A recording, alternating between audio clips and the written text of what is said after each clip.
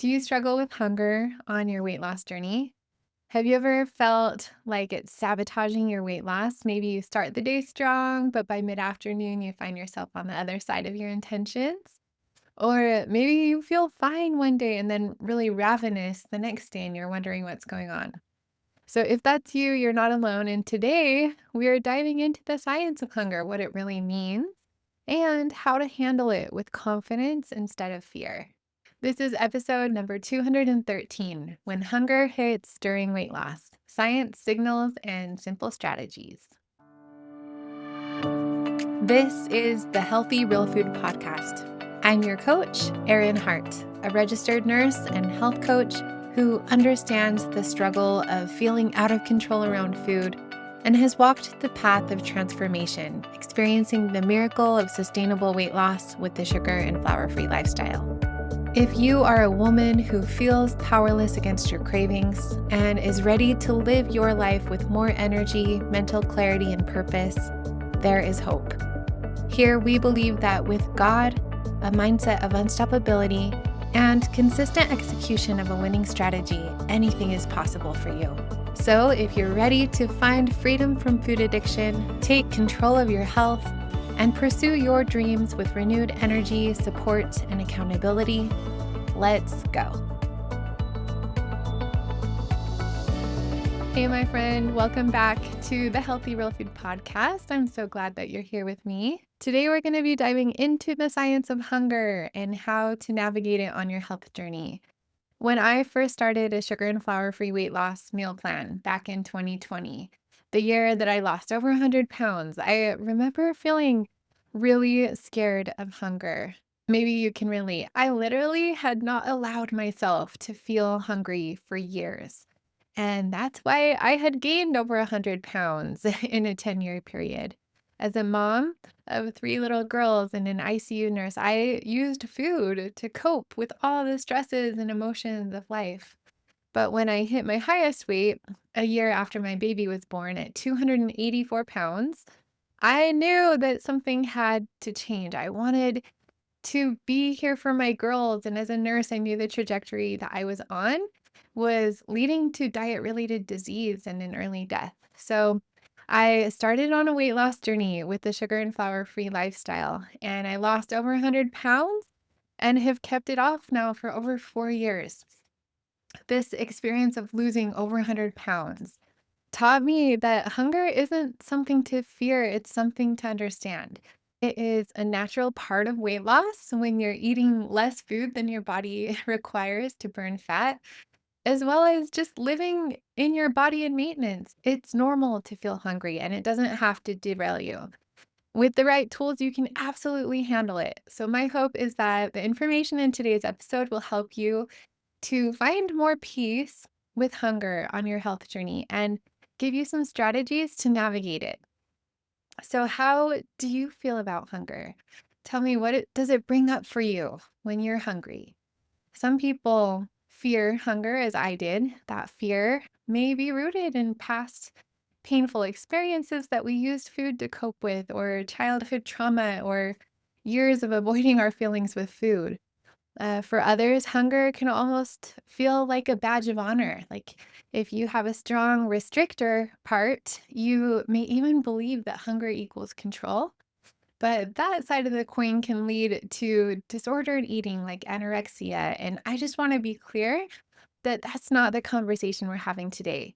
If you are struggling with anorexia or another medical condition where hunger and eating patterns really need specialized treatment, this episode is not meant for you. And I encourage you to seek out professional help that's tailored to your needs. This episode is for those of you who want to lose weight or maintain it and are struggling with consistency because of hunger and the exceptions that are creeping in. Maybe you've asked yourself, like, how much hunger is too much? How do I manage it without it derailing my plan? We're going to talk about that today. Hunger is a topic I get questions about all the time on social media and in my coaching program. And it's been on my mind recently, as earlier in the year, I went back to a weight loss meal plan after living years in maintenance, which I'm going to talk about a little bit later. So these tools are all fresh in my mind, and I thought that I would share strategies that I use when navigating hunger during a weight loss phase. So today I'm going to share the strategies I've used both in weight loss and in maintenance to make peace with hunger and to stay in control. Hunger isn't as simple as when you are hungry, it means that you need more food, right? It's a lot more complicated than that. There's so many different factors that contribute to our hunger. Our bodies were designed for survival in scarcity, not this abundant food environment that we have today. So, hunger used to be reliable. When you were hungry, you truly needed energy. But today, most of the foods in the grocery stores are ultra processed and designed to override our natural hunger cues, giving us that dopamine hit and keeping us coming back for more. So, as we discussed last week, in today's food environment, many of us are not able to rely on hunger signals alone because those signals are being blocked. And there are many things that influence our hunger, like hormones, stress, lack of sleep, emotions, and our decades of dieting. So no wonder hunger feels so confusing to us. Like we've been taught to fear it, to fight it, and give into it. But listen, if you are struggling with consistency on your weight loss plan, if you're wanting to lose weight for the last time and adopt a sustainable, healthy lifestyle, hunger is not what is keeping you from your goals. The problem is what we think about hunger and how we respond to it. So if you eat and make exceptions every time that you feel hungry in today's food environment, you'll never reach your health goals. That's what I had tried for a long time, right? And I gained over 100 pounds. So hunger is a normal sensation, even when you're in maintenance. I like to think of it as simply the midpoint between abundance of one meal and the abundance of the next meal. And it's not a sign that something's gone wrong. It's your body doing exactly what it was designed to do. Physiologically, what is happening in your body is that once you eat, your stomach stretches, and that activates receptors that send signals of fullness to your brain. As your body digests, food gradually leaves your stomach and moves into the small intestine where nutrients are absorbed.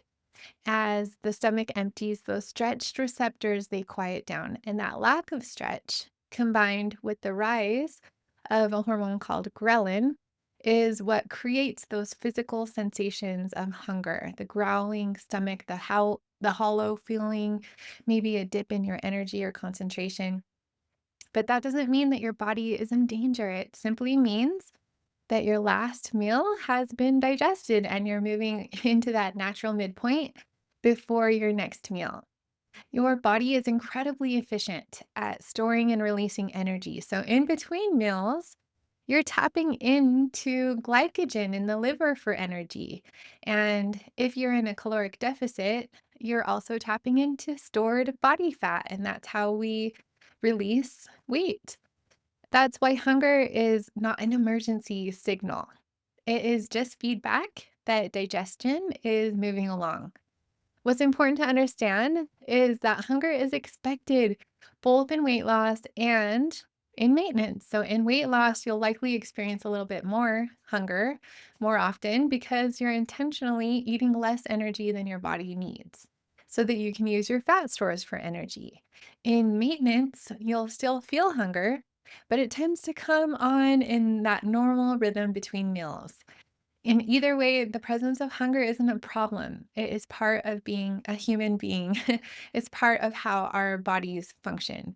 So when you feel hunger, it's not your body screaming that you're failing or there's a problem. It's simply your digestive system telling you that the food from your last meal is moving along and you're getting closer to that next refuel.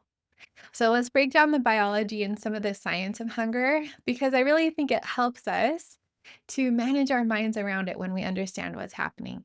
Leptin is often called the satiety hormone and is produced by your fat cells. And its job is to tell your brain that, hey, we've got enough energy stored here. You can stop eating now. And when leptin is working properly, it helps us to regulate both of our appetite and metabolism. But here's the catch: when you've carried excess weight around for a really long time, or you've eaten a lot of processed foods, you can develop what's called leptin resistance. When we eat processed foods that spike our blood sugar, our bodies release insulin in response to decrease our blood sugar. But insulin blocks leptin, the hormone that makes you feel full and want to move. So, like we talked about last week, that means that your brain no longer hears the I'm full signal. So, even though your fat cells are producing plenty of leptin, it's like the volume's turned all the way down. You can't hear it. And you just keep eating because your brain is never getting the message to stop. Ghrelin is known as the hunger hormone. It's released in the stomach and rises before meals, stimulating your appetite and motivating you to eat. But ghrelin isn't just about an empty stomach, it's influenced by your daily pattern, sleep, stress levels, and even your habits. So, for example, if you always have a meal at 3 p.m., your ghrelin levels can rise at that exact time out of habit, not because your body actually needs food. And once you eat, ghrelin levels usually drop. But in some people who are chronically sleep deprived or under stressed, those signals can get out of balance as well.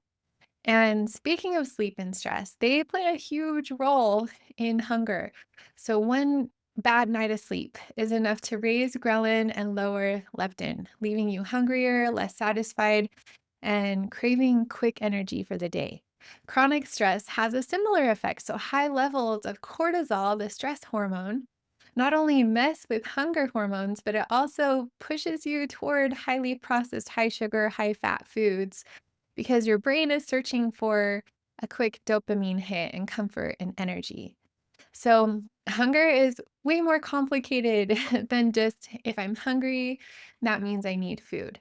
So, here's the good news though, you guys, is hunger is still great data. It's great feedback, and when you learn how to read it and respond without reacting to it, you can stop fearing it. You can look at it as data, as information, instead of a danger or an emergency. A huge turning point in my weight loss journey, in my health journey, and in so many of my clients' journeys is learning to pause and ask, is this physical hunger or is this emotional hunger? One of my friends taught me to ask myself, is this in my head or in my stomach? And I love that because it just helps us to differentiate between physical and emotional hunger. Physical hunger is in our stomach, right? It builds gradually. Your stomach growls, you get some of those sensations. Maybe your energy dips. You might feel a little lightheaded. You're willing to eat a wide range of real foods, not just one thing. Once you eat, you feel satisfied and you can move on. There's also when you're physically hungry, typically you can eat around other people more comfortably. Whereas with emotional hunger, we may want to eat by ourselves or hide it. Emotional hunger is in our head. It's sudden, it's urgent, it feels desperate. You crave something specific, like a food that's off plan, or it can even show up with compliant foods that are sugar and flour free because your brain is looking for a dopamine hit. But you get these cravings for specific foods. Emotional hunger feels like I need this food and I need it right now. So it's often done alone, like we talked about, sometimes with shame. And you can recognize emotional hunger when even after eating, you don't feel satisfied and you just want more.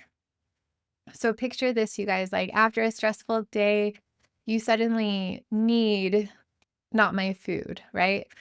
Food that's off your plan. And that emotional hunger, is your brain wanting dopamine. It's not needing nutrition. You've already had your meal, right? So compare that to being physically hungry after a really long hike when chicken and broccoli just like sound amazing. Many of us come to this lifestyle because we feel trapped in that binge and restrict cycle. I've struggled with binge eating disorder for much of my life. So I've experienced all of those food thoughts, the hunger and the urges and cravings, and those used to be big triggers for me to binge or overeat. But that really can be so detrimental to our health journey, right? That binge and restrict cycle.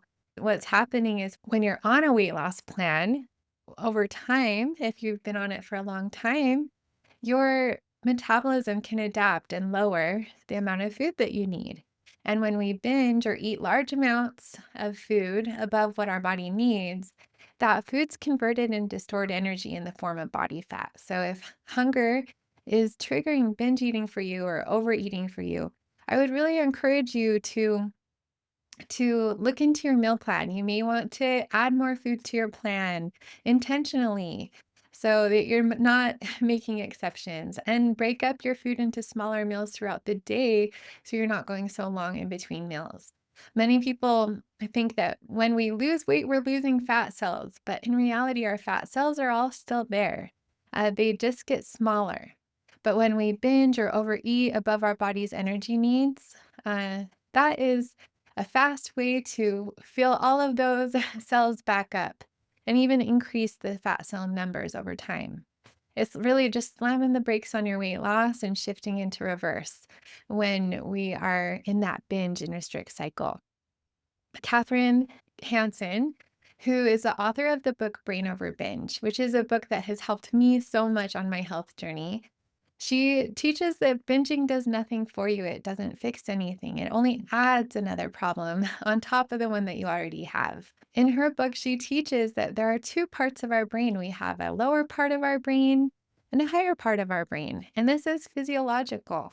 This lower part of our brain, it's what controls our survival. It's the part of our brain we don't have to think about, that controls our heartbeat and and keeps us alive.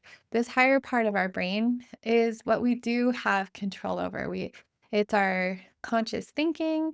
And this higher part of our brain is where our personality is, and also it controls our movement, which we have control over. So when we have an urge to go and eat something, or we're hungry and that triggers a craving, well, you don't have to give into it. You have control you over this higher part of your brain that controls your movement. You don't have to go get in the car and drive across town. You don't have to walk over to the fridge, and you still are in control. And I think that that can be really empowering for us to know that when we're experiencing hunger and emotional hunger, it doesn't need to be indulged. It needs to be noticed, understood, and then allowed to pass, because hunger always passes. As you watch it rise and fall and you just get curious and sit in it without reacting or responding to it, it goes away. So it's kind of interesting as you approach it that way and with that curiosity, and you become more aware. The Recovery Record app is an app I have found really helpful in my food addiction recovery, and that I recommend to a lot of people who struggle with hunger or making exceptions. And it's a really great tool to help you to become more aware of your hunger signals and food thoughts, especially if you're finding yourself binging or off plan. It helps you log hunger, observe patterns, and reflect without judgment. And over time, you're going to start to see trends and learn your triggers and understand what's truly physical hunger versus emotional hunger. Catherine Hansen teaches that the urges to overeat or binge are powerless without our permission. You are in control, and you can tap into the power of your higher brain with the tools that we're going to learn about today. And your only job in that moment when you recognize an urge or a craving or a food thought is to not give into it, to recognize it as neurological junk from this lower part of your brain that's trying to protect you from starvation. So that's why learning to ride the waves of hunger without binging or overeating, without panic, is one of the most important skills that you can develop if you have the goal of permanent and sustainable weight loss. So here's a simple tool for creating space, a space between the feeling of hunger and your response, because it's within that space that you have all of your power I love what Viktor Frankl teaches. He's the author of, oh, what's the book called? He's the author of Man's Search for Meaning.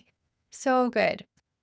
He says between stimulus and response, there's a space, and in that space is our power to choose. In our response lies our growth and our freedom. So, this is a tool called the STOP tool, STOP. I learned this from my friend Mona, and it's a beautiful way to practice the pause and to create that gap between the trigger and your response. So, S stands for stop. T is take a deep breath, O, observe, and P is plan. To stop, S, you literally say the word stop out loud to break that autopilot cycle. If you recognize a permission giving thought or an urge to eat because of hunger or any reason, you just literally say stop when you have a food thought to eat off of your plan. T is to take a deep breath. Take deep, long breaths. Deep breath in, slow breaths out. It helps to calm your nervous system. And that can shift you from this lower part of your brain in fight or flight to the higher part of your brain where you can think about your long term goals. O is to observe. So, what is really happening? Is this physical hunger or is this emotional hunger? What triggered this thought? After you've stopped and you've taken some deep breaths and you calmed your nervous system, then you can start to recognize the sensations in your body. So, is this hunger in my head or in my stomach? What is my emotion? Remember SEW as you're observing yourself and your outside world. What is my sensation? What is the emotion I'm feeling? And what is it that I really want? My brain's telling me I want food, but food doesn't solve any problem except true physiological hunger. And when we use food to solve our other problems, it becomes its own problem. So we want to really ask ourselves, what's our sensation, emotion, and what do I really want and need? And address that head on.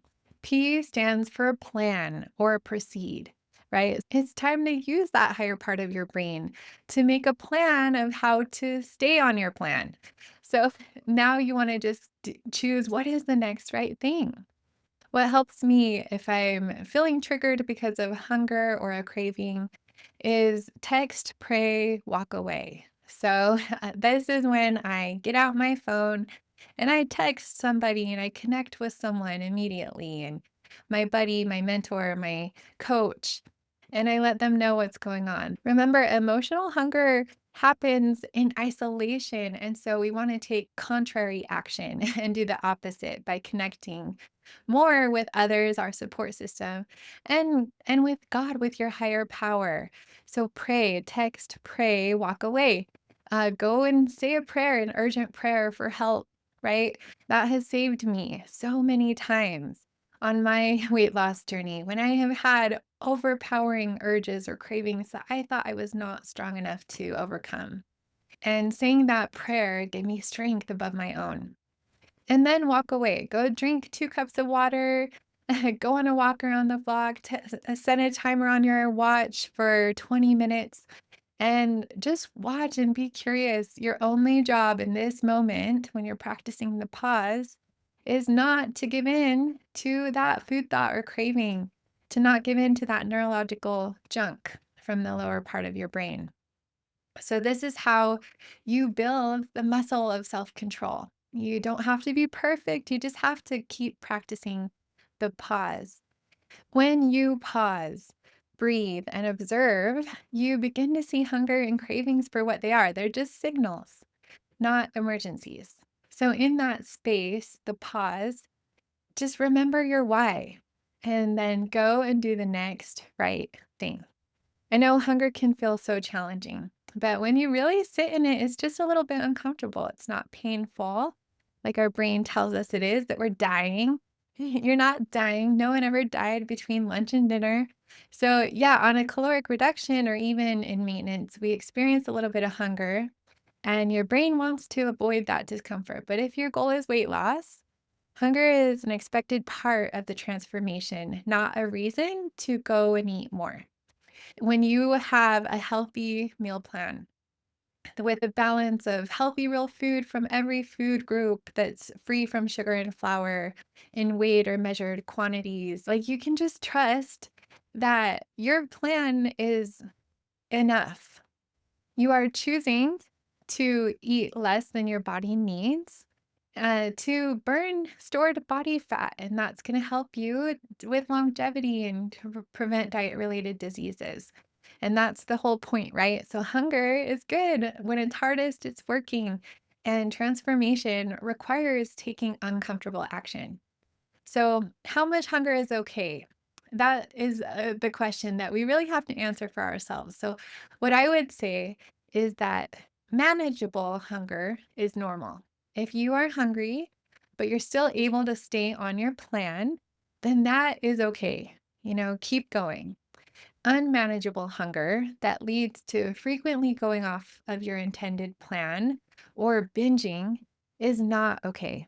And that is your body telling you that it's time to adjust the plan, or it's a canary in the coal mine telling you that you have some inner work that still needs to be done. If you deviate from your plan, I invite you to do the compassionate curiosity exercise and ask yourself what was triggering you. Was it physical or emotional hunger? But either way, I would encourage you, if you're really struggling with binging or frequently overeating, to add food intentionally to your plan instead of through these exceptions. If you are maintaining your weight, are you in maintenance because you intentionally added food? Or are you maintaining on a weight loss plan because of exceptions that you're making with your weight loss plan? One leads to peace, the other leads to frustration and robs your peace. So remember, as you get leaner and closer to your goal weight range, you will get hungrier. That's biology. With fewer fat stores, your body drives up those hunger hormones to protect you. So you have to expect that as you near your goal. Hunger doesn't mean that you failed, it just means that your body's working. And you can't stay on the weight loss plan forever. That will lead to a lowering of your metabolism, metabolic adaptation. If you're struggling with hunger on your weight loss plan, but you are still able to maintain your consistency, some strategies to help you with hunger on a weight loss plan could be hydrating more, making sure you're getting enough sleep, adding vegetables to your meal plan, or narrowing your eating window.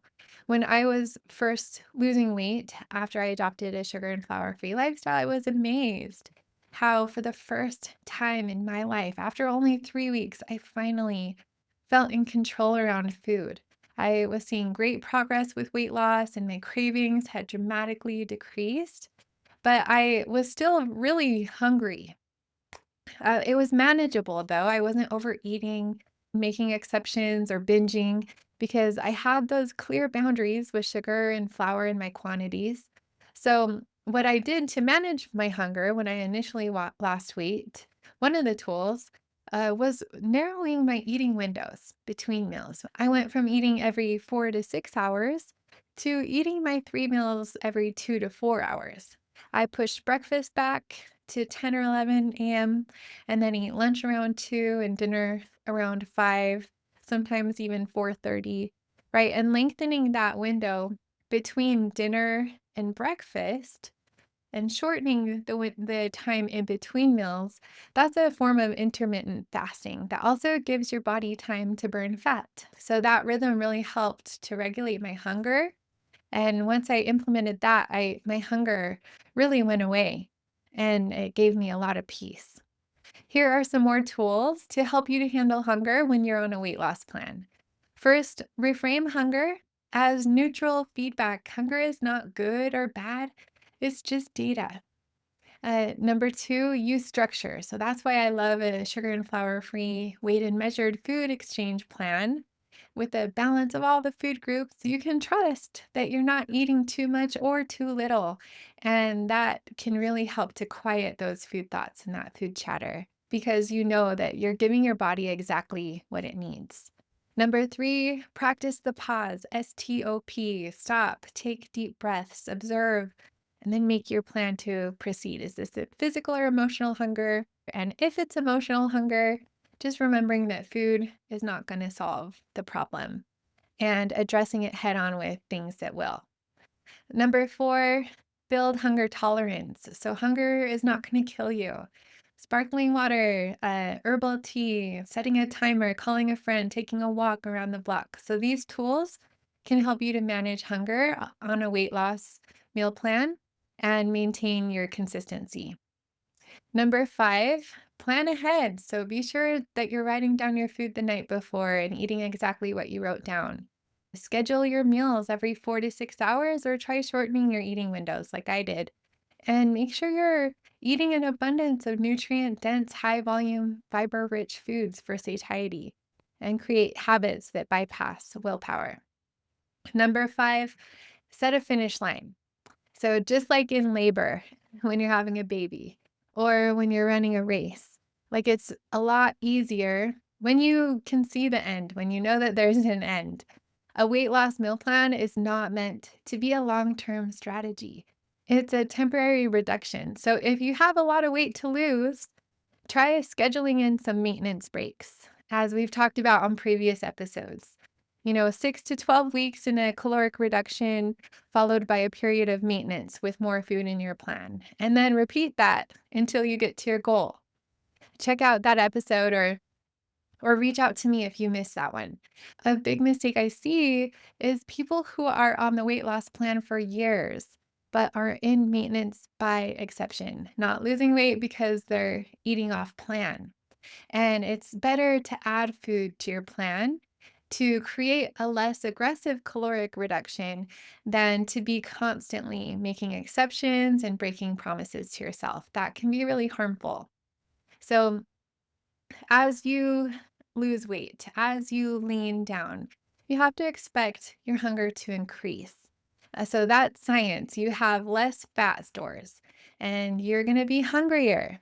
Just stick with your plan. It's not a reason to add food unless it becomes unmanageable. Expect more hunger as you near your ideal weight and plan for that and use it as data to know that it's a sign that you're nearing a healthy body fat range and it's almost time to add food for maintenance. So that's when you really want to be careful about finish line anxiety. This is when you really have to look at your data, look at your body fat percentage, and look at how your clothes are fitting and how you feel in your body. Remember, your goal body is not so much a number on the scale, it's how you feel and what you can do. For some of you, hunger is the biggest barrier to your consistency. And consistent execution of a winning strategy is the equation for success. So, if you are really struggling with hunger and consistency, we have another tool that we didn't have before.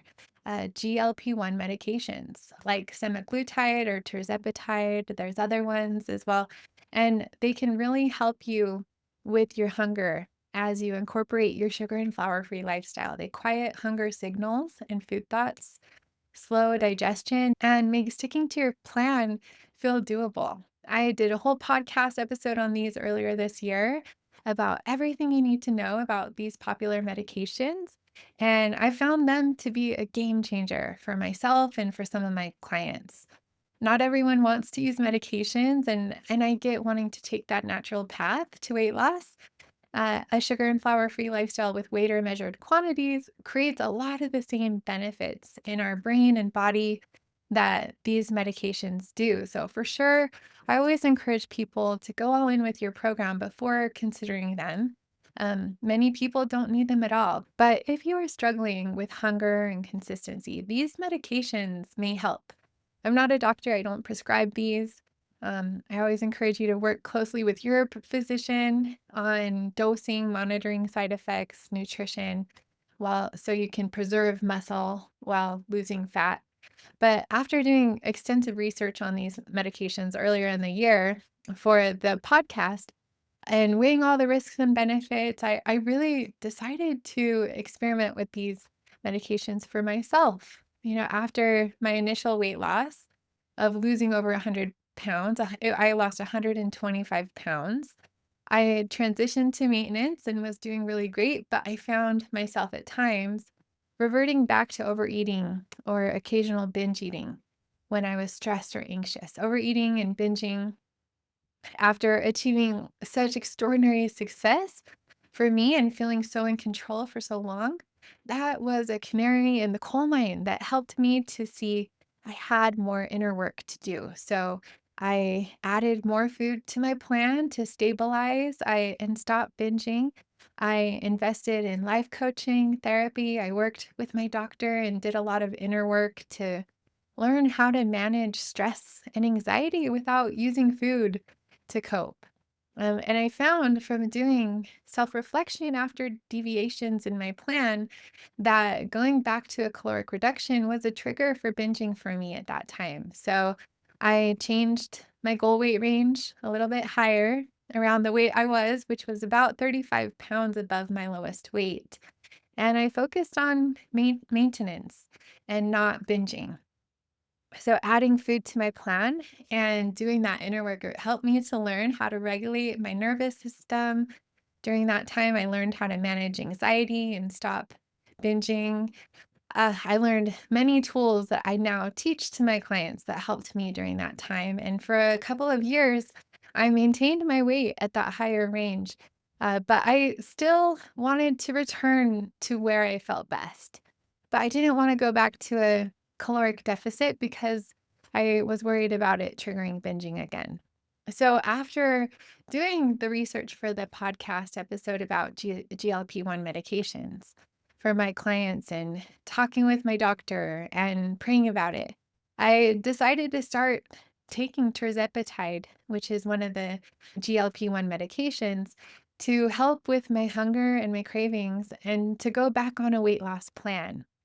And it has been a game changer for me. So I have been able to tolerate a caloric reduction on my plan without any urges to binge or overeat. I have lost 24 pounds since I started it, and I have had no urges to binge on a reduced calorie weight loss plan. So I'm using the lowest effective dose, and I personally haven't had any negative side effects. About 44% of people experience nausea, constipation, or diarrhea, but I have been really lucky not to have any of that. My experience is that it just quiets my brain and I don't feel as hungry. I still get hungry sometimes, but it's totally manageable. And I generally feel more satisfied. I don't think about food as much and have to remind myself to eat my weighed and measured balanced meals to ensure I'm getting the right nutrition I need. And it just has made going back to a caloric reduction a lot easier.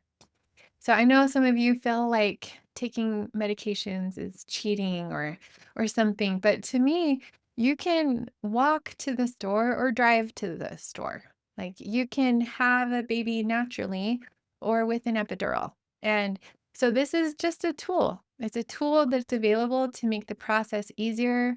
And for me, it's given me the space to focus on dialing in my healthy lifestyle habits and practicing the nervous system regulation techniques I have learned to cope with life without using food as a crutch. I lived this lifestyle for almost 5 years without medications and have maintained around 100-pound weight loss. So I feel really confident when I'm in maintenance and on a maintenance plan to be able to maintain that. And my plan is when I return back to my natural, healthy, ideal weight to come off of the medication once I'm automated again on a maintenance meal plan. So I'm still in that process and I'm going to keep you posted as I go. But yeah, it's been a bridge to help me to maintain my habits, maintain my consistency and peace during this period of weight loss as I return back to an ideal natural weight. So I've chosen to use them for myself as a tool, but I just want to be clear that they don't replace the inner work. Medication, it's not a magic pill. They don't replace the winning strategy with a sugar and flour free meal plan. They don't teach you to differentiate hunger, to practice the pause or plan ahead. And they just give you more space to build those habits and a lifestyle mindset.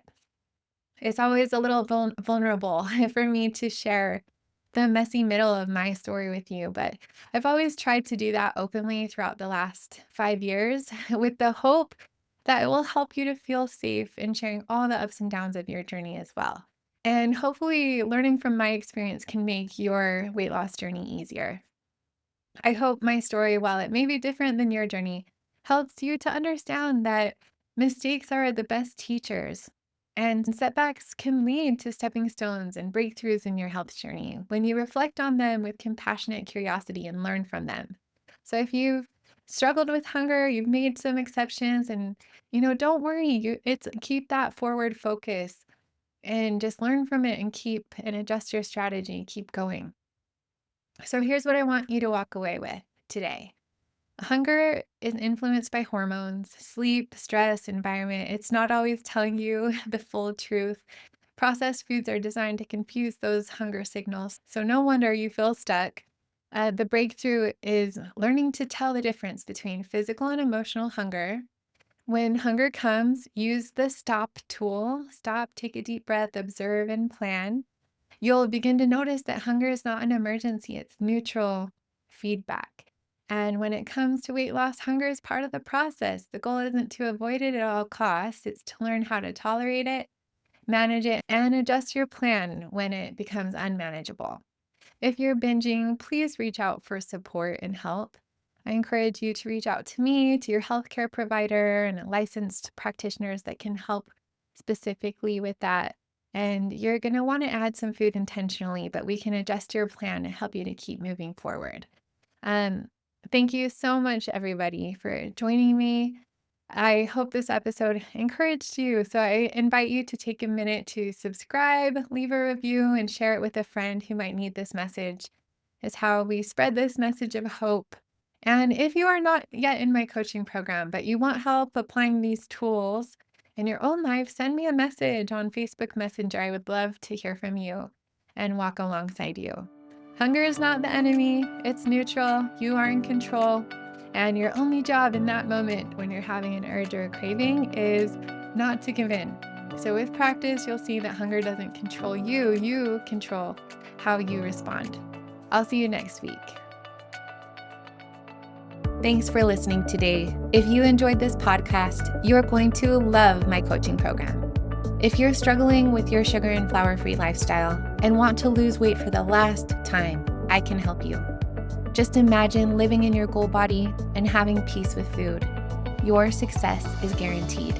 To learn more about how to get support, guidance, and accountability so you can find peace with food, achieve your goal body this year, and have more energy, visit www.healthyrealfood.com. While you're there, be sure to sign up for the upcoming free challenge to learn the success framework.